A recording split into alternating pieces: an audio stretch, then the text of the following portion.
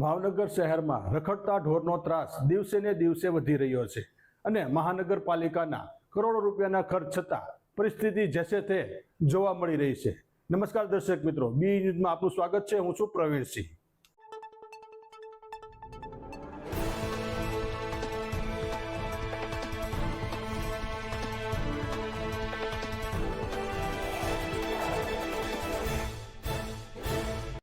ગત મોડી રાત્રિએ ટોપથી સર્કલ વિસ્તારમાં આવેલી સપના સૃષ્ટિ સોસાયટીમાં એક હૃદયદ્રાવક ઘટના બની હતી। એક મહિલાને રખડતા ઢોરે અચાનક ઢીકે ચડાવી સદનસીબે આજુબાજુના લોકો તાત્કાલિક એકઠા થઈ ગયા હતા અને ઢોરને ભગાડી મહિલાનો જીવ બચાવ્યો હતો। આ સમગ્ર ઘટનાના સીસીટીવી ફૂટેજ હાલ સોશિયલ મીડિયામાં વાયરલ થઈ રહ્યા છે।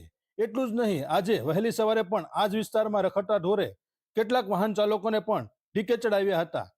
ભાવનગર શહેરમાં આ પ્રકારની ઘટનાઓ હવે સામાન્ય બની ગઈ છે અને રખડતા ઢોરના કારણે અનેક શહેરીજનોએ પોતાના જીવ પણ ગુમાવ્યા છે।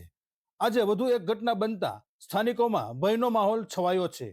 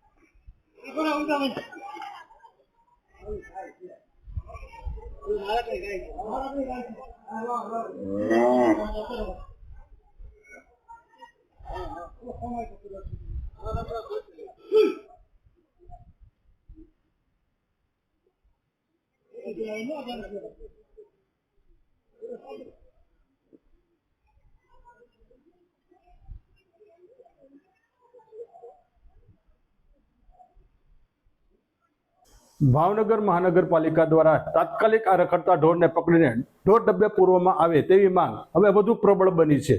શું મહાનગરપાલિકા આ ગંભીર સમસ્યાનો કાયમી ઉકેલ લાવશે તે જોવું રહ્યું। બી ન્યૂઝ સાથે જોડાયેલા રહો। વધુ સમાચાર માટે જોતા રહો બી ન્યૂઝ। નમસ્કાર।